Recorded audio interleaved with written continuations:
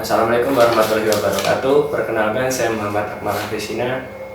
Di sini saya berkesempatan untuk mengunjungi salah satu UMKM di Yogyakarta yang bergerak di bidang kerajinan.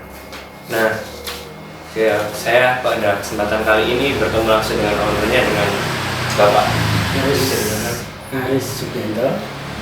Bapak Aris. Di sini saya ingin menanyakan beberapa hal mengenai usaha yang Bapak tekuni.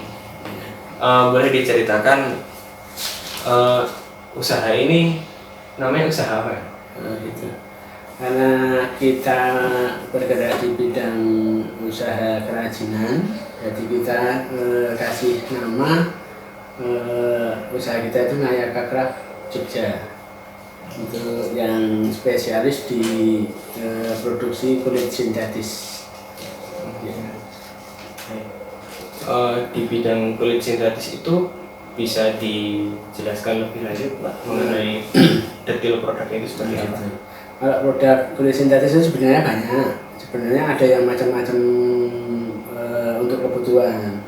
Jadi kita untuk produk kita spesialis di kulit sintetis itu ada untuk souvenir, ada untuk tempat perhiasan, ada untuk kebutuhan hotel, dan kayak merchandise atau untuk acara serah terima jabatan gitu. Nanti macam-macam untuk custom produknya gitu. Berarti produk ini tergantung dari permintaan customer ya? Iya. Bisa by request? Ya, by request. Nanti bentuknya apa, untuk fungsi buat apa, dan mau buat keperluan apa gitu, bisa kita sesuaikan bentuknya gitu. Selanjutnya bertanya tentang sejak kapan usaha ini ditekuni, Bapak? Gitu.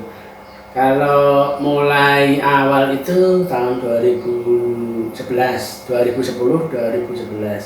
Jadi kita, saya sendiri dulu sebelumnya kan sebagai supplier, kalau nggak salah, vendor dari PT untuk kebutuhan produksi, untuk kebutuhan ekspor.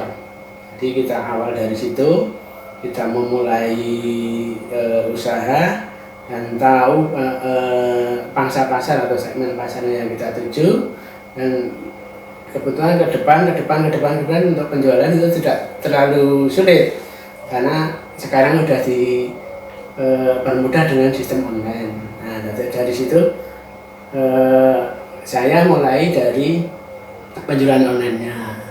Jadi untuk penjualan langsung ke customer langsung gitu.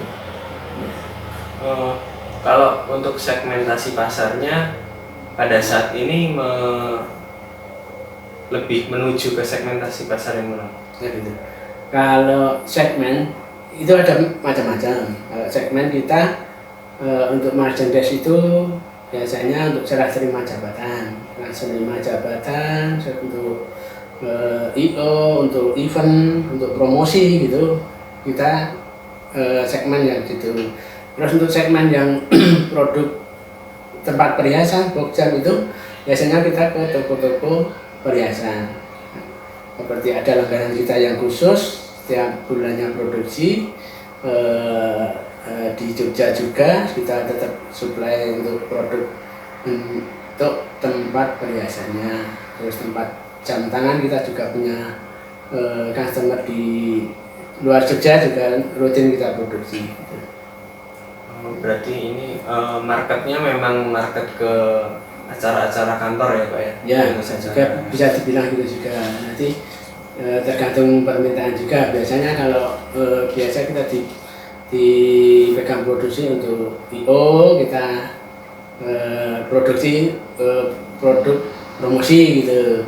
Dari bank, kayak contohnya itu Bank BRI, dari bank-bank lainnya dan perusahaan lainnya gitu. Jadi untuk merchandise. Terus untuk platform untuk bertransaksi ini bagaimana, Pak? Kalau kita transaksi langsung untuk penjualan, kita promo-promo di sosial media, kita masukkan produk-produk di sosial media. Terus ada juga yang emang dari dulu kita penjualan langsung transaksi, jadi langsung pesan ke kita. Jadi customer pesan ke kita produksi, jadi kita siap kirim langsung semua dari transaksi langsung. Kemudian bisa diceritakan Pak tentang proses produksinya ini seperti apa?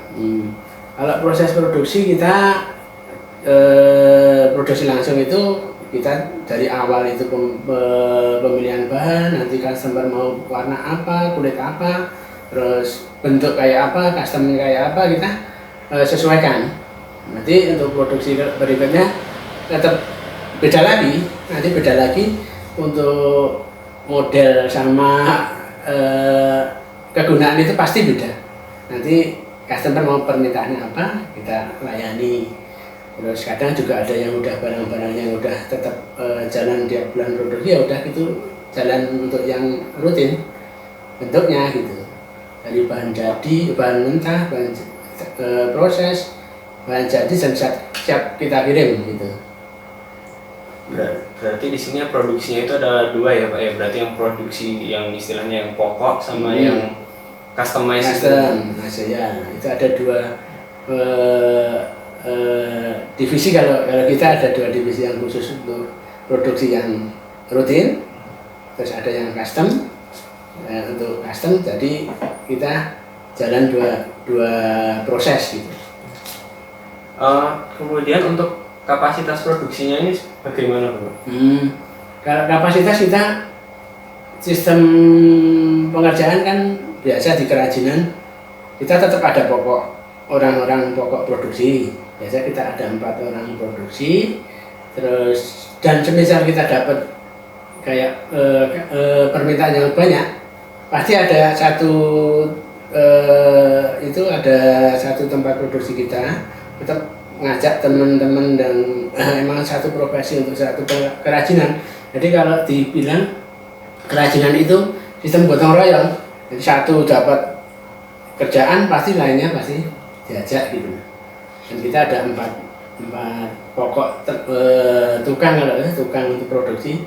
Bagian produksi ada 4. Terus nanti kalau misal kita punya kapasitas banyak, baru dari tukang-tukang itu pasti ada rekan-rekan untuk produksi juga langsung istilahnya membantu gitu, gotong royong untuk membantu satu tukang gitu. Jadi kalau pas order banyak juga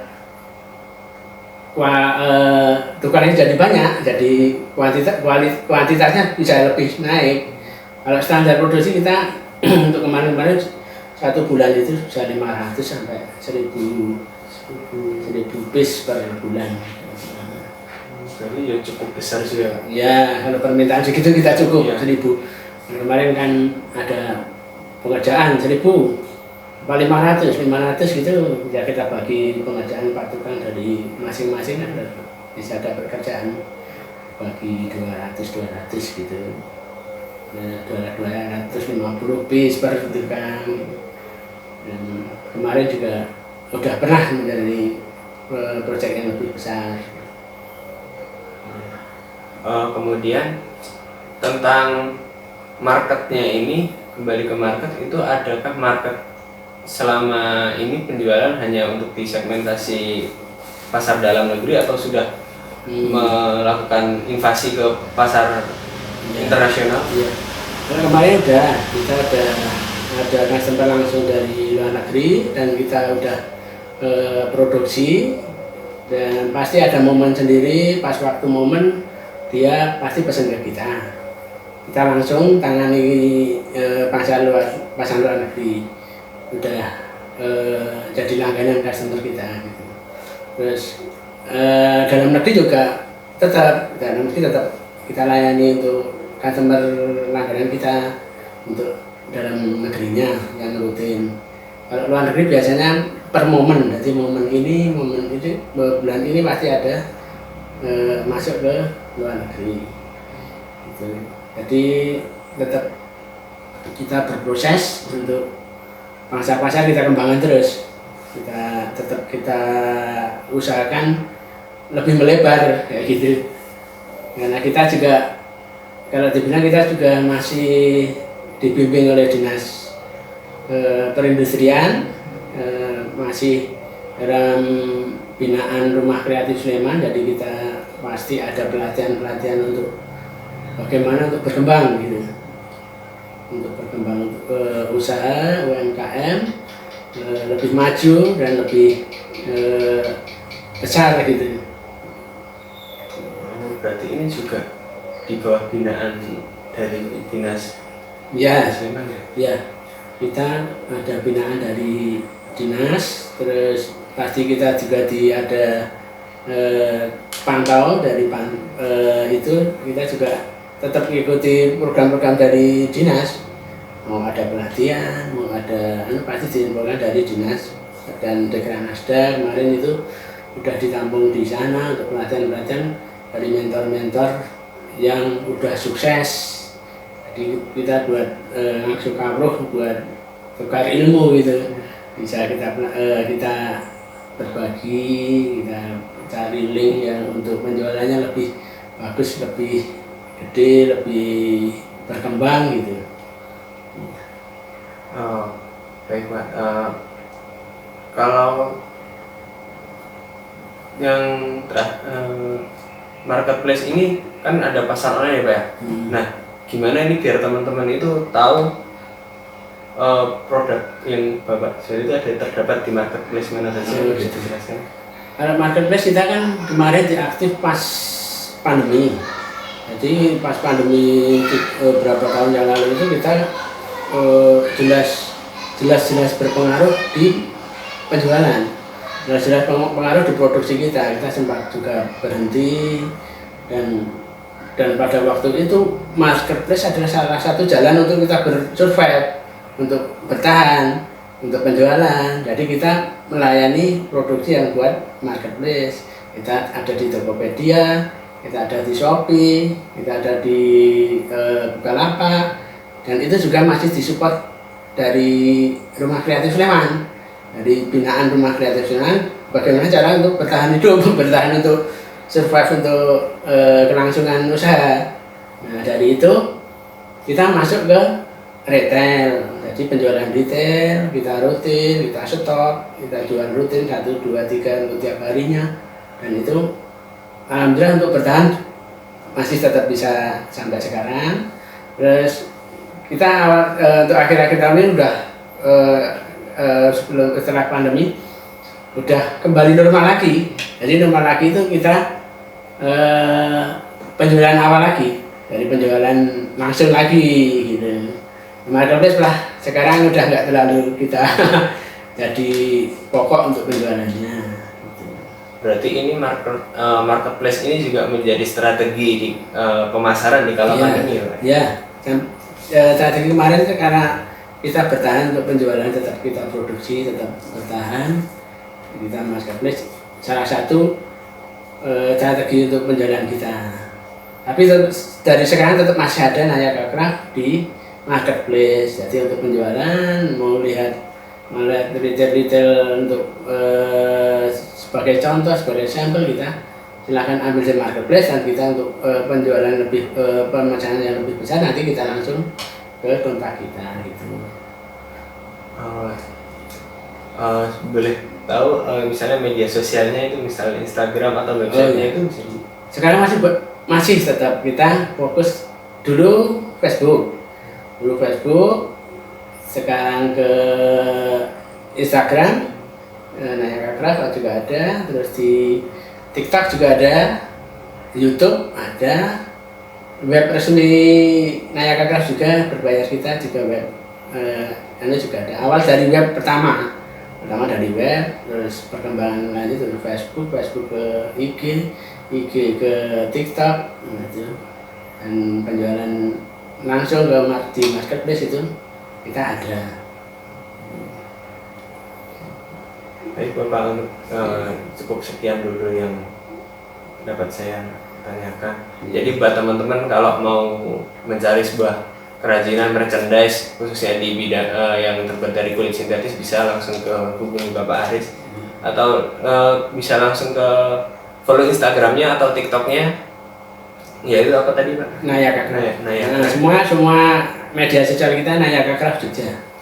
Nanti ada di Google Map, ada di Google untuk kalau mau langsung ke kita untuk pemesanan gitu.